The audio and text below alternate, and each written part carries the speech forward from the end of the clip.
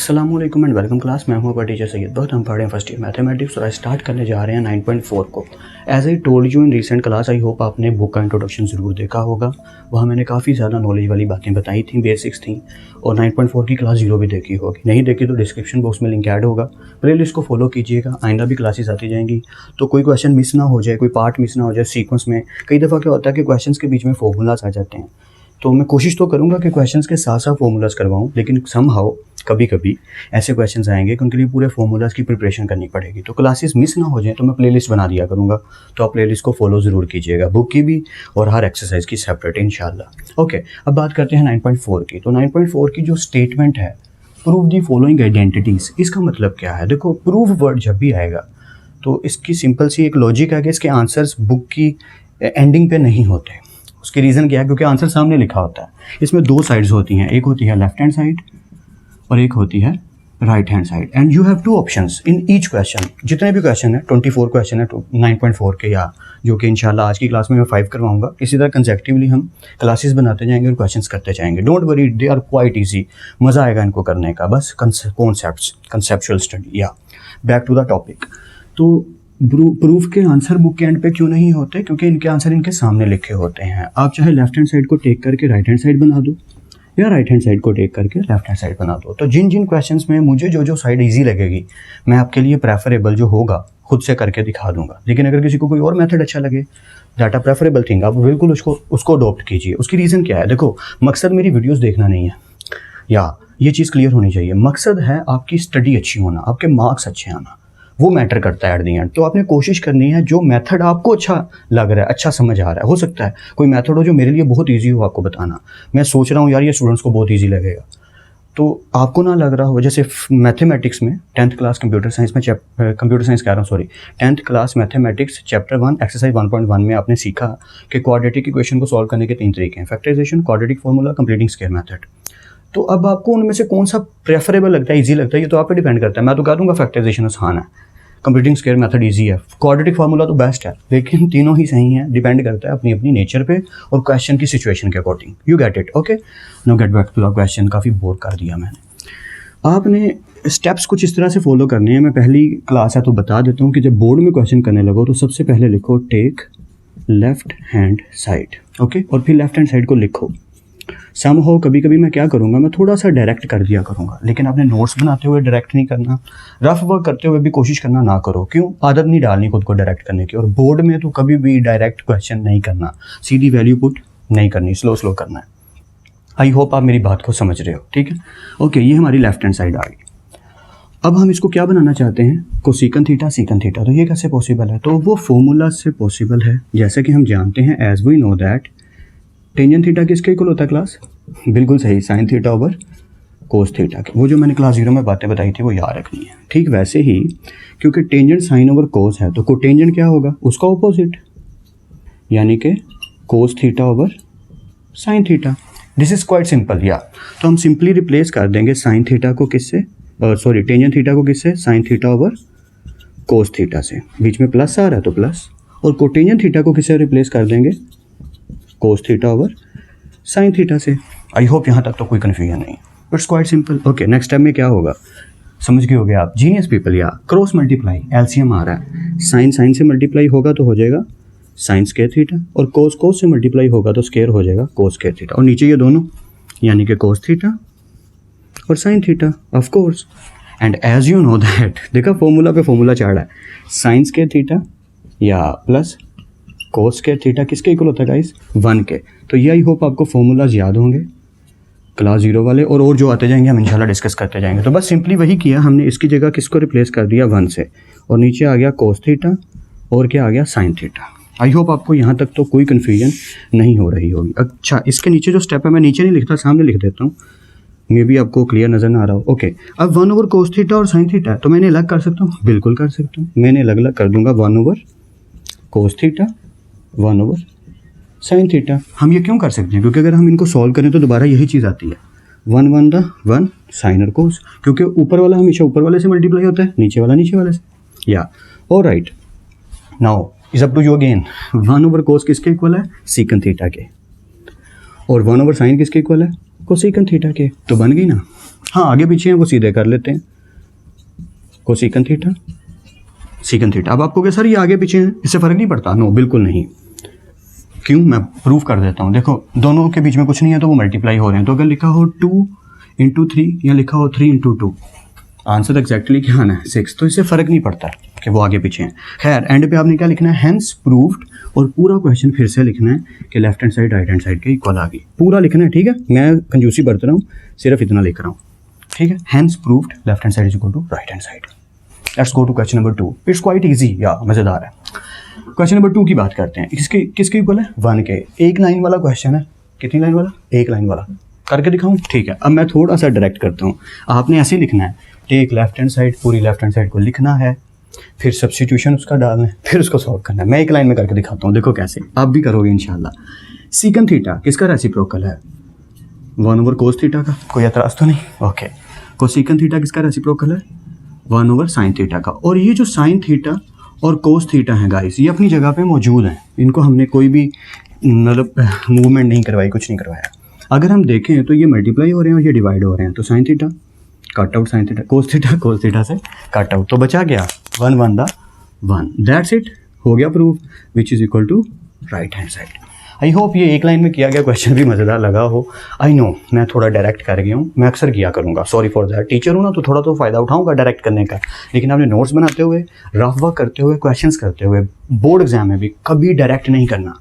पूरा प्रोसेस बना के प्यारा सा बना के लिखना है। इसको भी हम डायरेक्ट कर देते होते हैं, सीधा ये वाला स्टेप लिखते हैं, उसके बाद ये स्टेप लिखने के बाद हम डायरेक्ट ये लिख देते होते हैं। अक्सर ये वाला स्टेप हम नहीं करते होते। क्यों? क्योंकि हमें आदत पड़ जाती है डायरेक्ट करने की। तो अक्सर मैं अगर डायरेक्ट कर जाऊँ तो उसके लिए माजरत अभी से। अगले क्वेश्चन अभी हमने करने हैं, क्वेश्चन 3, 4 एंड 5।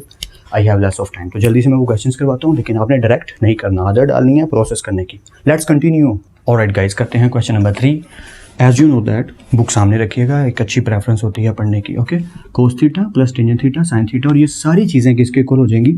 सीकन थीटा के। तो हम इसको क्या करने वाले हैं? सिंप्लीफाई, यानी जहाँ तक सॉल्व हो सकता है करेंगे, ऑटोमेटिकली ये चीज़ ये बन जाएगी। कोई जादू की छड़ी नहीं घूमेगी, सिर्फ सिंप्लीफिकेशन होगी। देखो कैसे, आपने प्रोसेस पूरा लिखना है। चलो अभी तो मैं भी लिख देता हूँ। लेफ्ट हैंड साइड क्या है? कोस थीटा प्लस टेंजेंट थीटा, और फिर आता है साइन थीटा। ऑलराइट, अब अगले स्टेप में हमारे पास सोल्यूशन के लिए सिर्फ एक ही चीज़ है, वो क्या है? टेंजेंट। तो टेंजेंट को हम रिप्लेस कर सकते हैं किससे? Sine theta over cos theta से।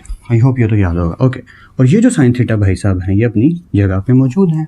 आई होप कोई कन्फ्यूजन नहीं है। ये डॉट में इसलिए लगा देता हूँ, समझ लो कि ये मल्टीप्लाई हो रहे हैं, टेंजेंट और साइन मल्टीप्लाई हो रहे हैं। ऑलराइट, अब हुआ क्या नेक्स्ट स्टेप में? ये कोस इस कोस से मल्टीप्लाई हो रहा है ना, एलसीएम या। सो कोस को, अच्छा एक स्टेप और कर लेते हैं ताकि आपको अच्छे से समझ आए।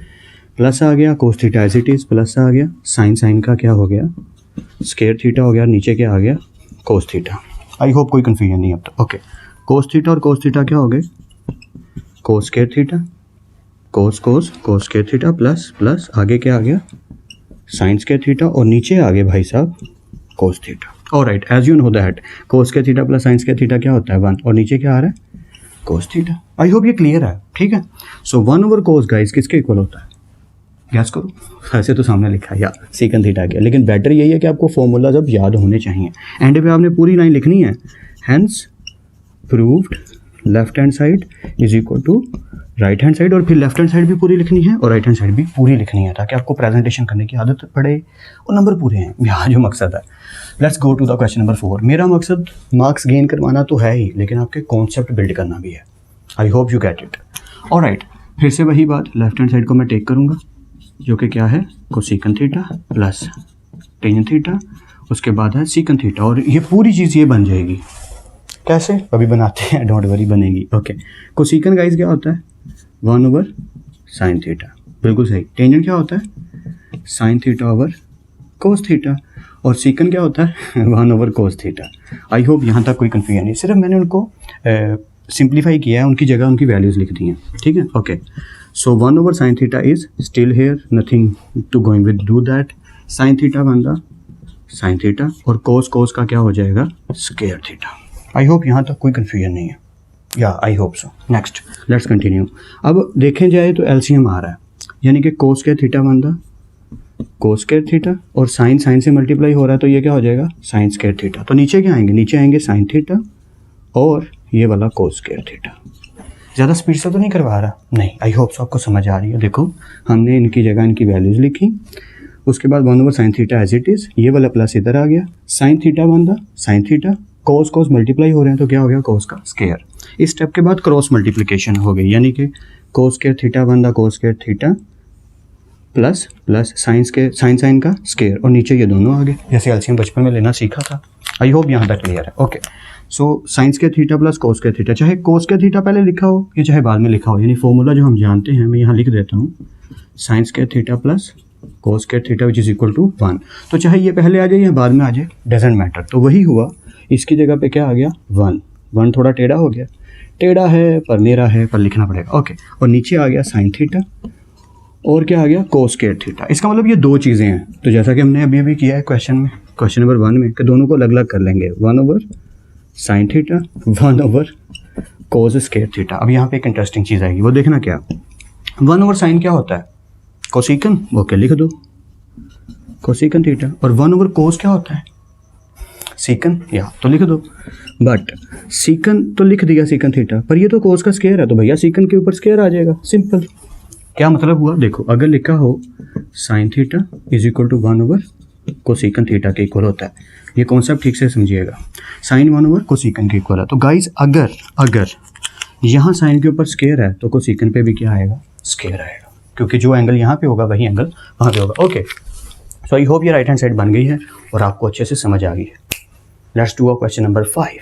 ऑलराइट गाइस, करते हैं क्वेश्चन नंबर 5। क्वेश्चन नंबर 5 के साथ कुछ फॉर्मूलाज आने शुरू हो गए हैं। जैसे मैंने स्टार्ट पे बताया था कि जैसे जैसे फॉर्मूलाज आते जाएंगे मैं साथ साथ बताता जाऊंगा, तो यहाँ से मैं थोड़ा खड़ूस लग सकता हूँ आपको, सॉरी फॉर दैट। लेकिन जो फॉर्मूलाज आएंगे हमने साथ साथ याद करने हैं, याद करेंगे तो स्किल्स अच्छी डेवलप होंगी, क्वेश्चन अच्छे से करने आएंगे और आगे प्रॉब्लम कम होती चली जाएगी जितनी प्रिपरेशन अच्छी होती चली जाएगी। I hope you get my point. Let's do it.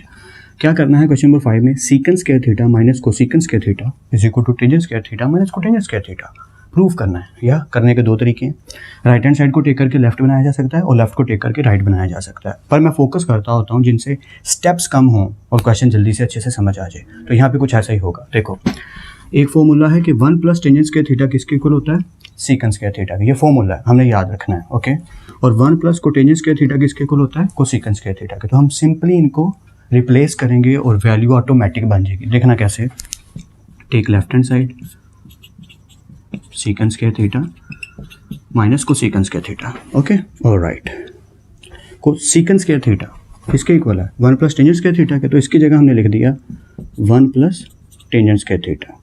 I hope इसमें तो कोई कन्फ्यूजन नहीं। ये जो माइनस भाई साहब हैं ये आगे, कोसिकन स्क्वायर थीटा किसके इक्वल है, बस लगा दो 1 plus cotangent square theta. I hope आपको कन्फ्यूजन नहीं हो रही। मैंने सिंपली क्या किया, उनको उनके फॉर्मूला से रिप्लेस कर दिया। सीकन स्क्वायर थीटा की जगह लगा दिया 1 प्लस टेंजेंट स्क्वायर थीटा और कोसिकन स्क्वायर थीटा की जगह लगा दिया 1 प्लस कोटेंजेंट स्क्वायर थीटा।